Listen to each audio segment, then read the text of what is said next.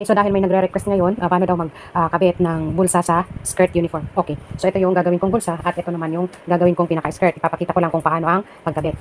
So sa paggawa ng bulsa, 11 inches lang ang haba ng ginagawa ko.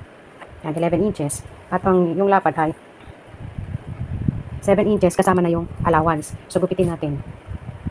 So ito, magmula dito sa itaas, ito kasama na yung seam allowance, down ng 1.5, and then magmula naman dito yung butas ng bulsa. And the rest, yung allowance na ng bulsa. So, unang design na ginagawa ko ay ganito lang. Yan. Tapos, ito naman, babawasan ko lang ito kaganyan. Yan. So, ito nakakabit sa waistline. Okay? Yan. Ang next naman ay, magmula dito sa waist, down 1.5, ito, butas ng bulsa, and the rest ay allowance. So, ganito naman yung isa. Yan. Kaya, ganito, or ganito. Pwede, okay?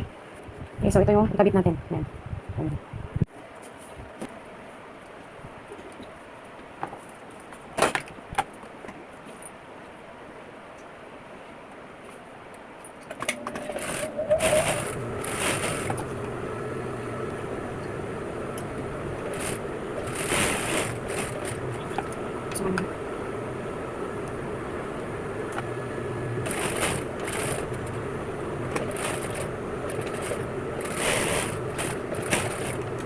Okay, tapos na. Thank you for watching.